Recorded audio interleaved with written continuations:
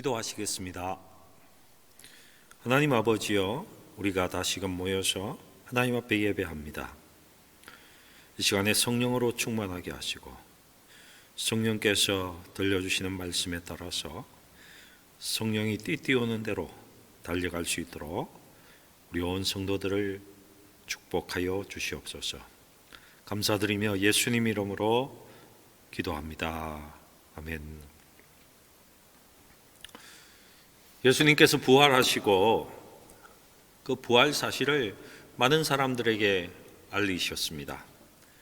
막달라 마리아에게, 엠마오의 두 제자에게 보이시고 또한 여러 명의 제자들에게 부활 사실을 알리시고 예수의 부활 사실은 점점점 확산되었습니다. 마가다락방에서 두 번이나 나타나셨어요. 도마가 있을 때, 도마가 없을 때 두 번이나 찾아가셔서 제자들을 만나 주셨고 그의 부활 사실을 알려주셨습니다. 그리고 그 만나신 자리에서 예수님은 제자들에게 사명을 주셨습니다.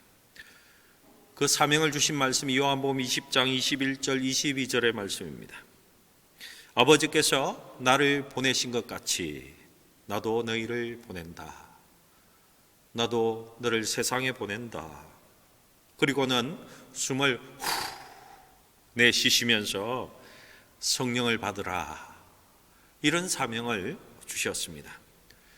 너희 힘으로 하지 말고 성령을 받아서 성령이 주시는 능력과 힘으로 감당하라는 것이었습니다.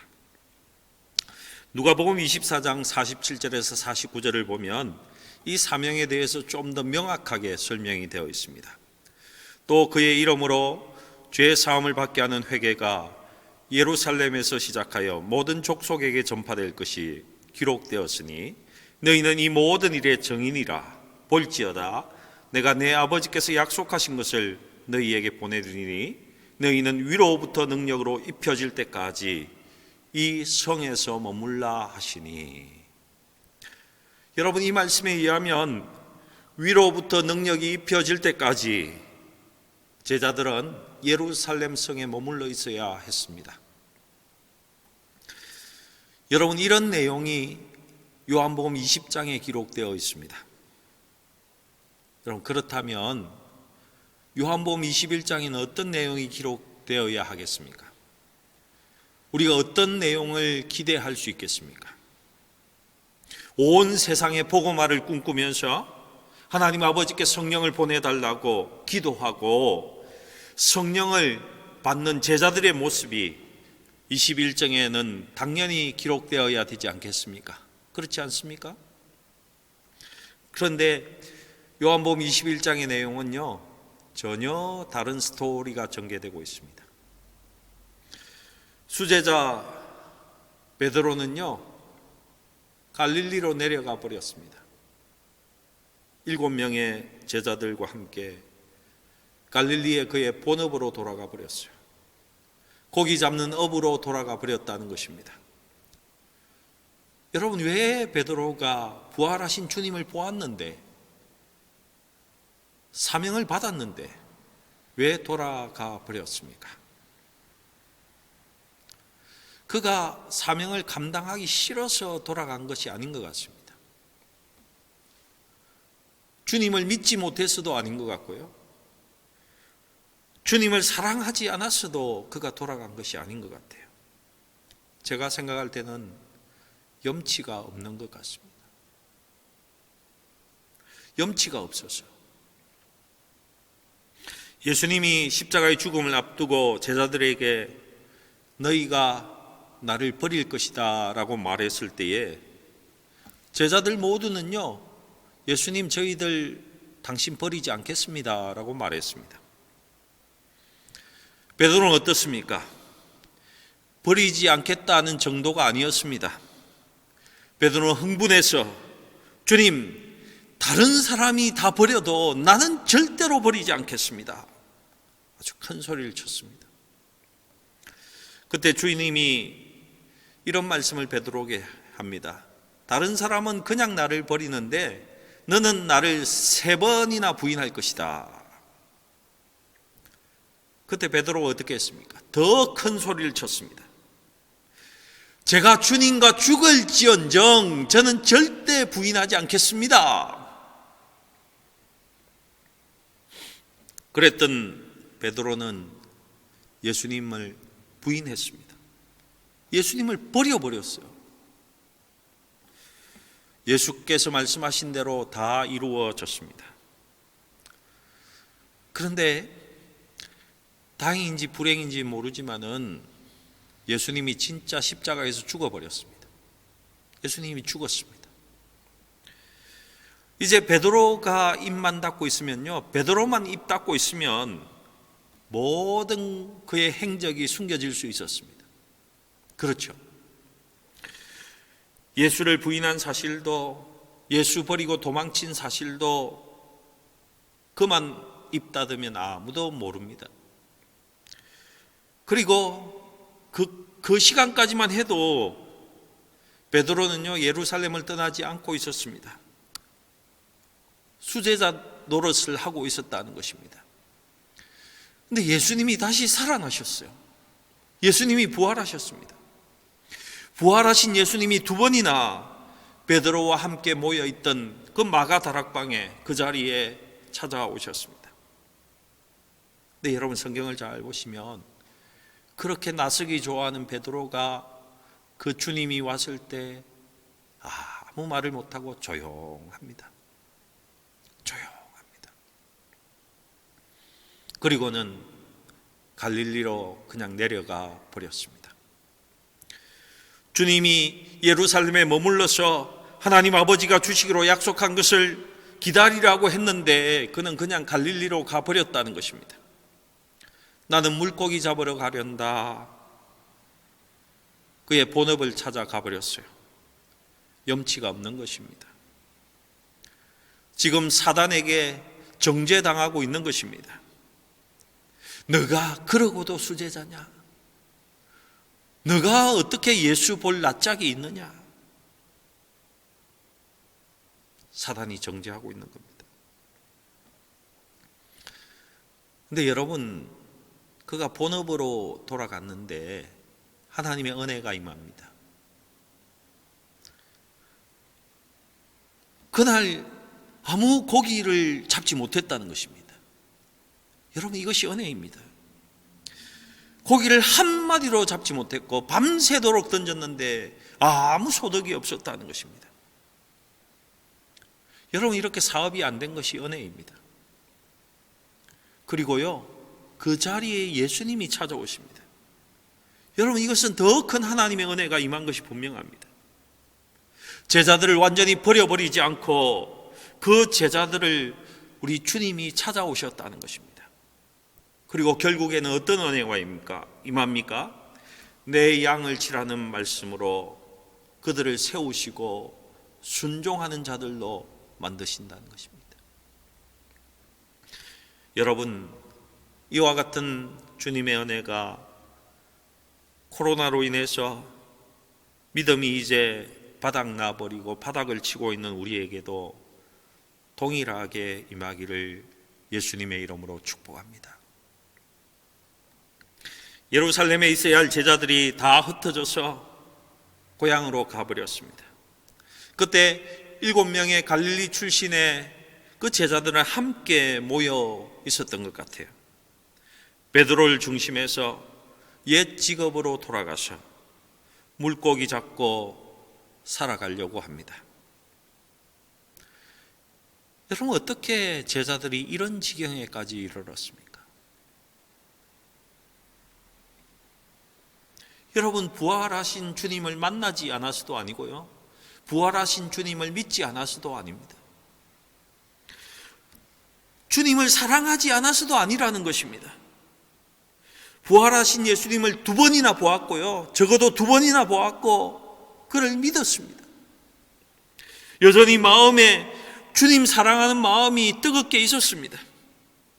베드로가 보십시오, 주님이시라는 말을 듣고는요, 그가 바다에 뛰어들어서 헤엄쳐서 주님을 만나러 오는 것입니다. 사랑했습니다. 여전히 베드로의 마음에 주님은 있었고 사랑하고 있었습니다.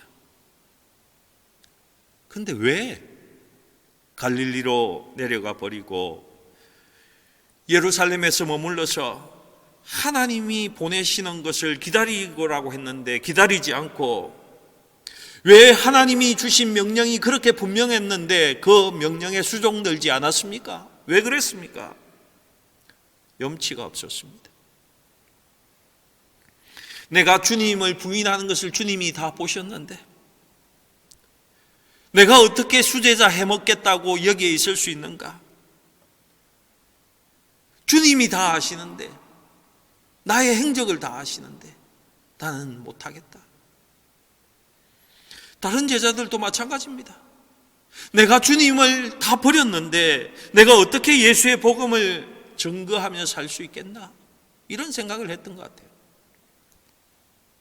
다 고향으로 예수님 볼낯이 없어서 도망가 버린 것입니다. 그리고 사탄 마귀도 이들을 계속 정죄하고 있었습니다. 이 제자들이 예루살렘에 있으면서 성령을 받아서 하나님의 복음을 증거하면 어떤 일이 생깁니까? 사탄의 나라가 망가지거든요. 그러니 이렇게 이야기하는 것입니다. 야, 너가 그렇게 해놓고 제자야? 너 수제자 맞아? 이렇게 했다는 것입니다. 야, 예수를 내가 부인할 때, 너 예수님 부인할 때 예수님하고 눈 마주쳤잖아. 예수 다 알고 있어. 이제 너하고 그 주님이라는 예수하고 말이 잘 통하지 않지? 봐라. 예수가 너를 버린 거야. 예수님은 더 이상 너 좋아하지 않아. 이렇게 계속 사탄이 정죄하는 것입니다. 그래서 베드로는 나중에 이런 말을 합니다. 베드로전서 5장 8절에 근신하라 깨어라. 너희 대적마귀가 우는 사자같이 두루 다니며 삼킬 자를 찾는다. 자기의 경험에서 나온 말씀입니다. 여러분, 사탄은요 계속 우리의 생각 속에 주님하고의 반대 생각을 자꾸 집어넣습니다. 자꾸 집어넣어요. 여러분 마음의 생각이 이렇게 무서운 겁니다. 갈릴리로 내려갈 생각을 하고 내려갔습니다. 그 갈릴리에서 물고기 잡는 업으로, 본업으로 돌아갈 생각을 하고 돌아가 버렸어요. 생각하고 돌아가 버렸어요. 여러분, 우리가 주님으로부터 온 생각을 붙잡고 있어야 되고요. 그리고 주님의 생각이 아니면 그 생각을 바꾸어야 합니다. 사탄이 준 생각 같으면 바꾸어 버려야 해요. 그래서요, 메타노이아라는 이 단어는 회개라는 단어지 않습니까? 근데 이 뜻이 무엇인지 아시죠? 뒤늦게나마 깨닫고 생각을 바꾸는 것이다. 그것이 회개랍니다. 여러분, 우리가 삶에 있어서 이 생각의 회개를 해야 됩니다. 메타노이아 해야 합니다. 생각을 완전히 180도 바꾸어야 합니다. 주님과 동일한 생각으로 바꾸셔야 한다는 겁니다. 이제 물고기 잡는 업으로 돌아가기로 하고 배에 올랐습니다. 그때 뭐가 임했다고요? 하나님의 은혜가 임했습니다. 한 마리도 잡지 못했습니다. 은혜입니다. 그 밤에 밤새 잡았는데요, 한 마리도 잡지 못했어요. 그리고 두 번째 은혜가 임합니다. 큰 은혜가 임했죠. 주님이, 예수님이 이 제자들을 찾아오신 것입니다. 저 같으면 이렇게 생각했을 것 같습니다. 너희들 아니면 일할 놈이 없는 줄 알아? 야, 하나님 나라를 위해서 수종될 사람이 얼마나 많은데 다른 사람 구할 수도 있었을 것 같은데 주님이 그렇게 하지 않으시고 자기를 배신하고 떠났던 이 제자들을 먼저 찾아오셨다는 것입니다. 찾아오십니다. 그런데 그때 제자들이 그 예수님을 알아보지 못했습니다. 여러분, 왜 제자들이 예수님을 알아보지 못했을까요? 왜 알아보지 못했습니까? 부활하신 주님을 만나지 않았습니까? 그것도 2번이나 배웠는데 왜 그를 알아보지 못했습니까? 아마도 이때가 새벽이어서 그럴 수도 있겠습니다. 그리고 배에서 그 해변가까지의 거리가 좀 되니까 멀어서 못 알아보았을 수도 있을 것 같습니다. 근데 저는 가장 큰 원인이 이런 것 같습니다. 이들이 예수님이 자기를 찾아올지는, 이곳까지 예수님이 오실 것을 생각지도 못했다는 것입니다. 예수님이 오시리라고는 그들의 생각 속에 1도 없었다는 것입니다. 자기가 주님을 떠나면, 자기들이 주님 놔버리면 주님도 그냥 자기들 놓아버릴 것이라고 생각했던 것입니다. 염치가 없어서 떠났고 부인하는 것조차도 다 보았던 주님이 찾아오셨습니다. 여러분, 십자가의 죽음을 앞두고 주님의 곁에 꼭 있어야 했던 제자들이지 않습니까? 그때 제자들은요, 그 시간에 주님을 배신하고 다 떠났습니다. 여러분, 사람은요, 옆에 사람이 꼭 필요할 때가 있지 않습니까? 옆에 사람이 꼭 있어 줘야 할 때가 있지 않아요? 예수님에게 있어서 저는 그때가 십자가를 앞에 둔 그 순간이었다고 생각합니다. 십자가를 지시는 그 순간에 제자들은 꼭 있어 줘야 하는 그 시간이었다고 생각이 됩니다. 그런데 그때 배신하고 다 떠났는데 그 주님이 찾아오실 리는 없다. 절대 없다. 이렇게 생각한 것이죠. 그러니 예수님을 알아볼 수가 없었습니다. 자기들이 떠나면 주님과의 관계가 모든 것이 끝이다라고 생각했습니다. 기대가 없으니까 전혀 알아보지도 못했던 것입니다. 그런데 그때 주님이 걸어오셔서 먼저 말을 건넸습니다. 먼저 말을 건넸어요. 예수께서 이르시되 얘들아 너희에게 고기가 있느냐? 대답하되 없나이다. 여러분, 말을 걸었는데요, 원어는 한글 성경에는 나와 있지 않는 매라는 단어가 있습니다. 영어로 하면 not이라는 단어인데요, 이 문장을 영어로 해보면 이렇습니다. Do you not have any fish? 이렇게 됩니다. 너희들 고기 없지? 고기 한 마리로 못 잡았지? 이렇게 물으신 것입니다. 그때 한마디로 대답합니다. No, no. 한마디도 없습니다. 여러분, 제자들이 왜 한마디도 못 잡았겠습니까? 그들은 어부였고 갈릴리 바다를 너무 잘 알고 있는 사람들이었는데 왜 한 마리도, 그것도 밤에 한 마리도 잡지 못했겠습니까? 주님이 요한복음 15장 5절과 7절에 범사에 열매 맺는 비결, 모든 것이 형통하고 잘 되는 비결을 벌써 가르쳐 주셨습니다. 어떻게 해야 됩니까?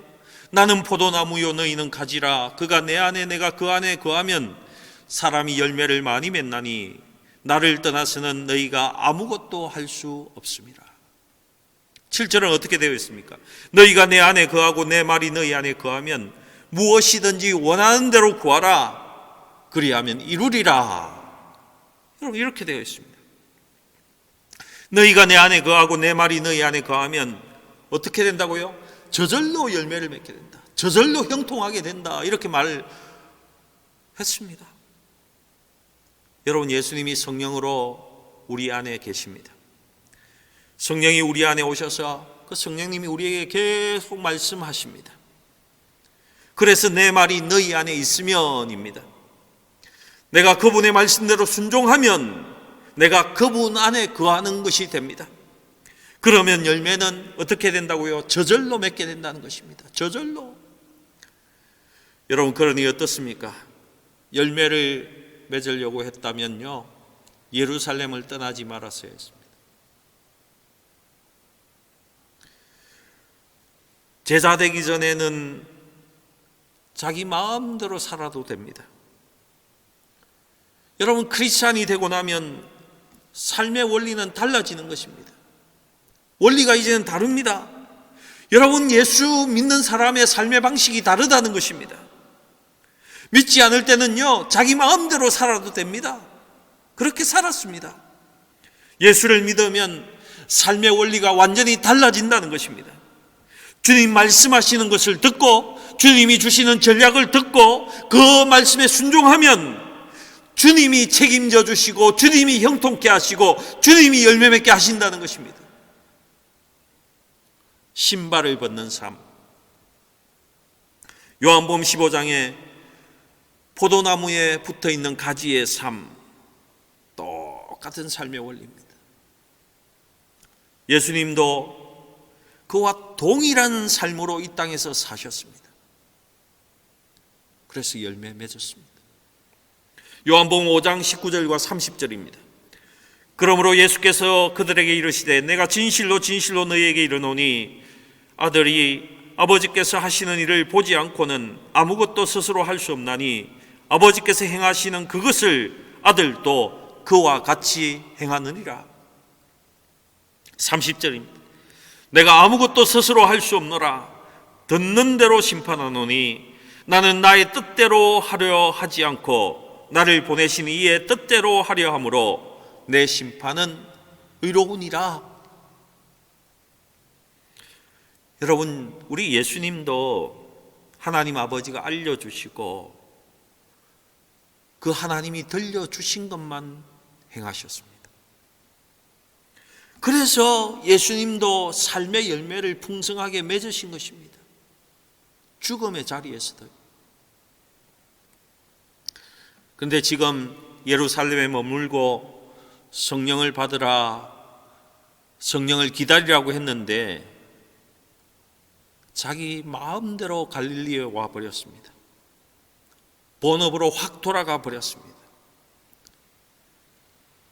여러분, 자기 마음대로 했는데 뭔가 일이 풀릴 리가 있겠습니까? 일이 될 리가 없다는 것입니다. 예수 믿는 사람인데, 예수의 제자인데. 여러분, 열매 맺지 못하는 물고기를 잡을 수 없는 구조가 그들에게 이미 형성되어 있었다는 것입니다. 여러분, 우리가 애굽에서 살 때에는요, 우리가 세상에서 그냥 살아갈 때는 그 세상의 방식 따라서 살아가지 않습니까? 그죠? 그런데 우리가 믿음 생활에 들어오고 교회 와서는요, 생활 방식이 다르다는 것입니다. 여러분, 이것을 빨리 익히셔야 합니다. 빨리. 삶의 장소는 세상에서 교회로 옮겨졌는데 삶의 방식은 여전히 세상 방식이다. 여러분, 이처럼 개념 없는 신앙생활이 없습니다. 이렇게 살아가면요, 삶의 형통이란 있을 수가 없습니다. 여러분, 크리스찬의 삶의 방식으로 다 바꾸어지기를 축복합니다. 그리고 주님이 고기 잡는 방법까지 알려주셨습니다. 21장 6절입니다. 이르시되 그물을 배 오른편에 던지라 그리하면 잡으리라 하시니 이에 던졌더니 물고기가 많아 그물을 들 수 없더라. 그물을 배 오른쪽에 던져라. 그리하면 잡으리라. 그리하면 잡으리라. 여러분, 예수님 말씀은 분명합니다. 아주 명확합니다. 그리하면 잡을 수도 있을지 모른다. 이것이 아닙니다. 오른편에 던져라. 그러면 잡힌다. 잡으리라. 이렇게 분명하다는 것입니다. 여러분, 이 배는 아주 작은 배였다고 기록하고 있습니다. 그러니 오른편 왼편 구별할 것조차도 없었습니다. 왼편에 던져서 잡히지 않았는데 오른편에 던지니 잡힌다고 생각하는 그 사람이 이상할 정도입니다. 그렇지 않습니까?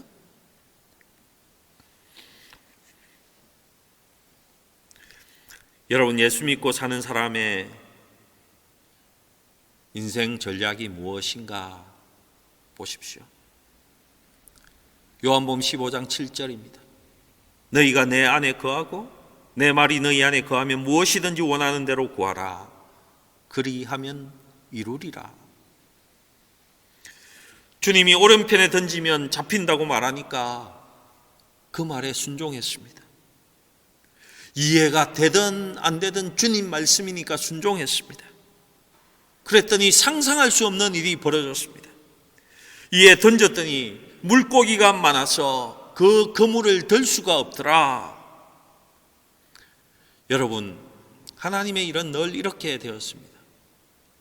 여리고성을 돌아라. 그리하면 무너질 것이다. 여러분, 이성적으로 납득이 안 되는 말씀이지 않습니까? 이방인 나아만 장군에게도 어떻습니까? 그 똥물 요단강에 가서 7번 씻으라. 그러면 낫는다? 이해가 되지 않는 말씀이잖아요.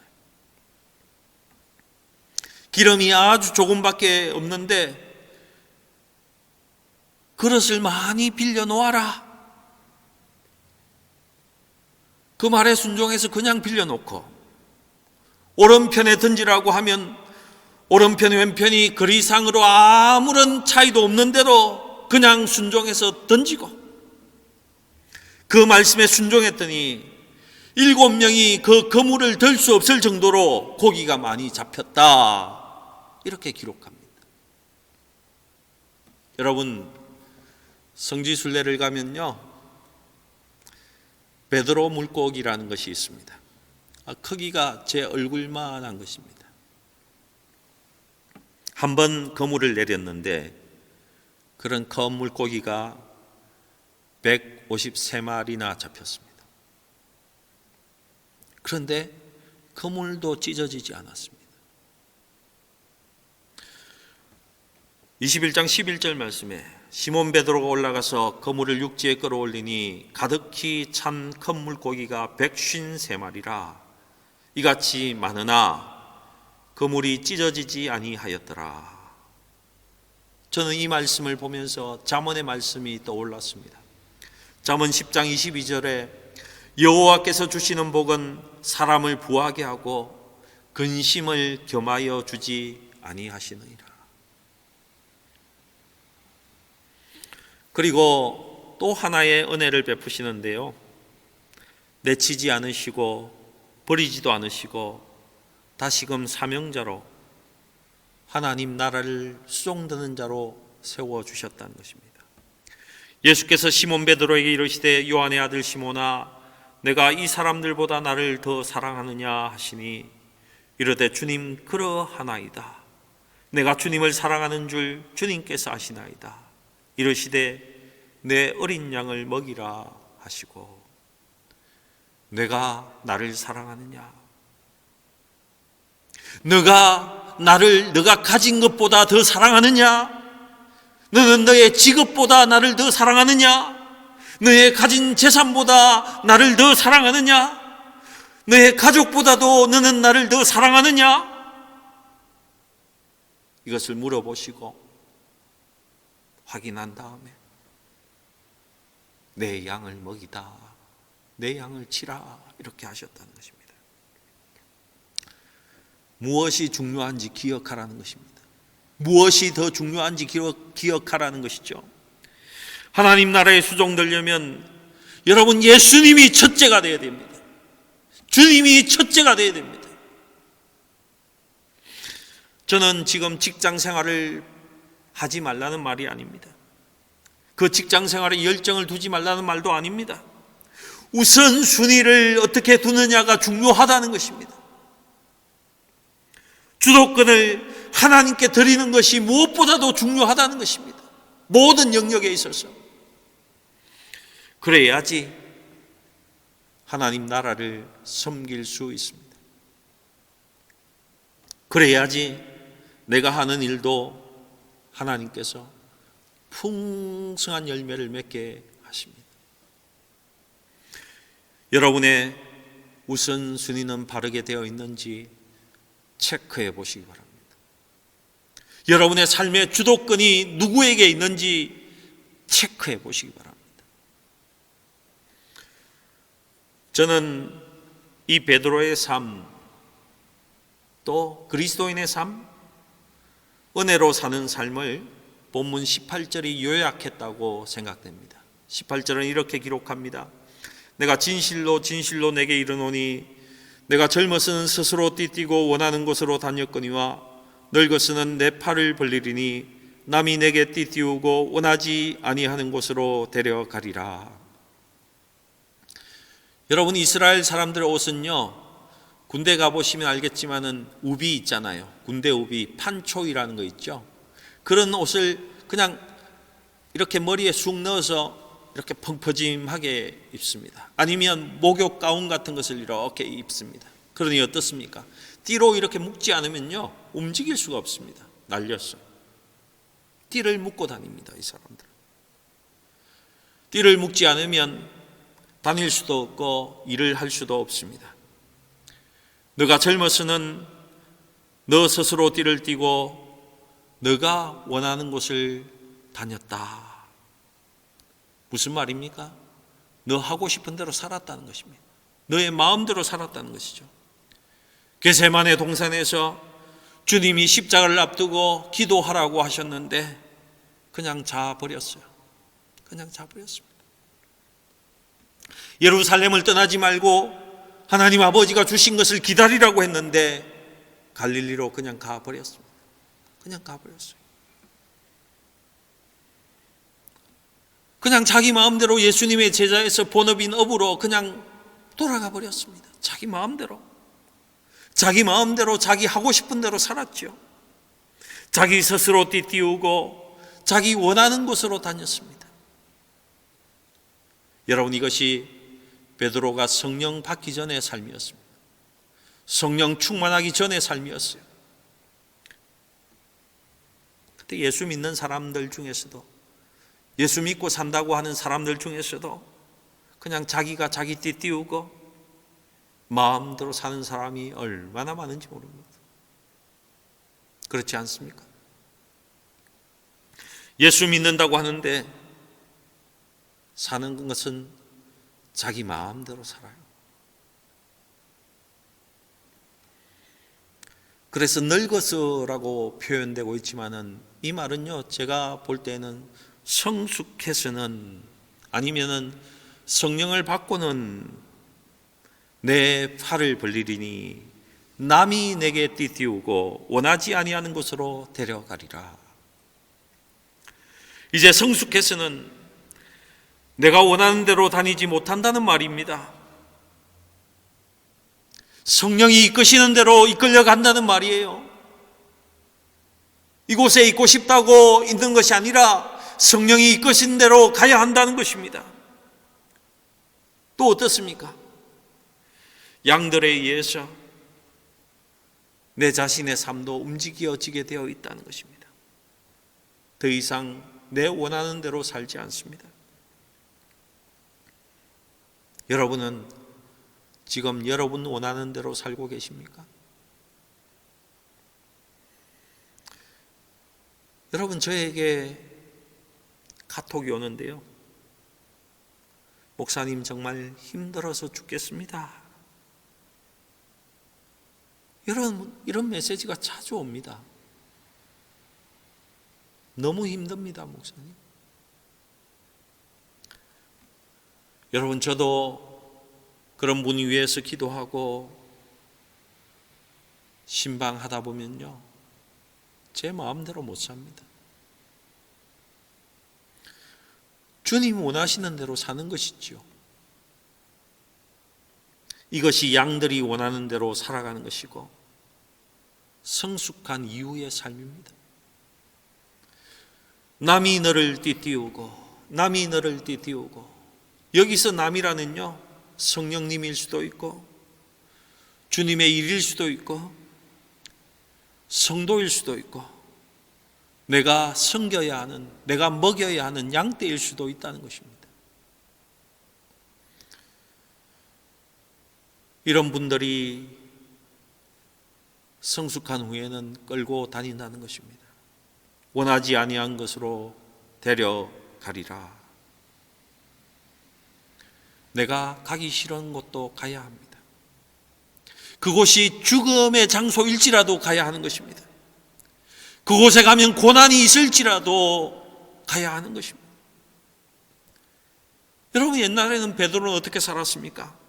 자기 원하면 하고 자기 싫으면 절대로 하지 않았습니다.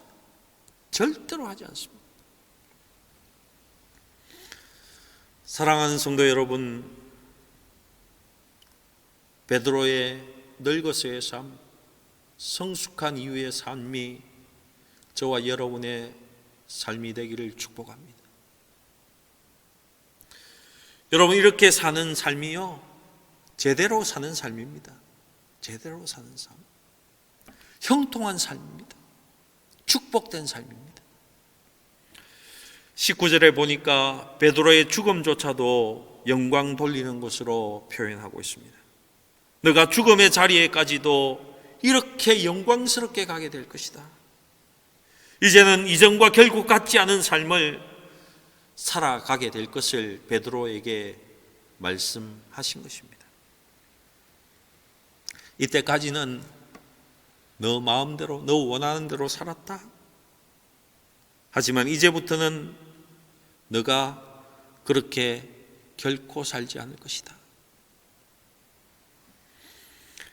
나 예수가 원하는 대로 너는 갈 것이고, 내가 너를 띠띠우고 데려갈 것이고, 내가 너에게 맡긴 양떼들이 너를 띠띠울 것이고, 내가 너를 인도하고 싶은 대로 너는 갈 것이며, 어린 양들이 원하는 데 맞추어서 너는 그 길 맞추어서 살아가게 될 것이다.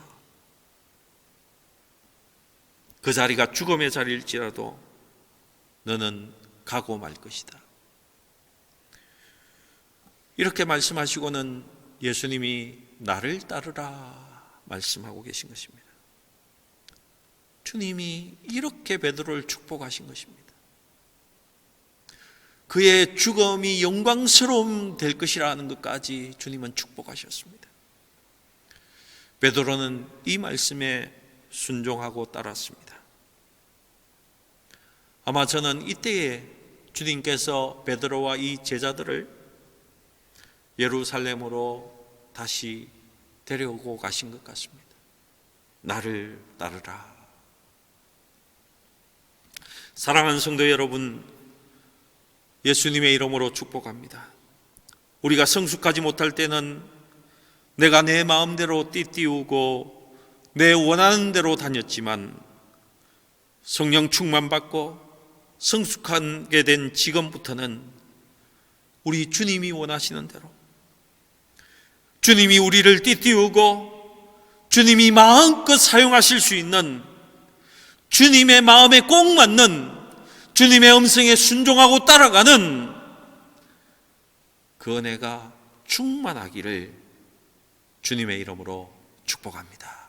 기도하시겠습니다. 하나님 아버지, 감사합니다. 주님께서 우리에게 주신 말씀대로 따라가게 하시고, 주님이 원하시는 대로 따라가서 베드로처럼 모든 것이 영광된 삶이 될 수 있도록, 형통된 삶이 될 수 있도록 인도하여 주시옵소서. 감사드리며 우리 구주 예수님의 이름으로 기도합니다. 아멘.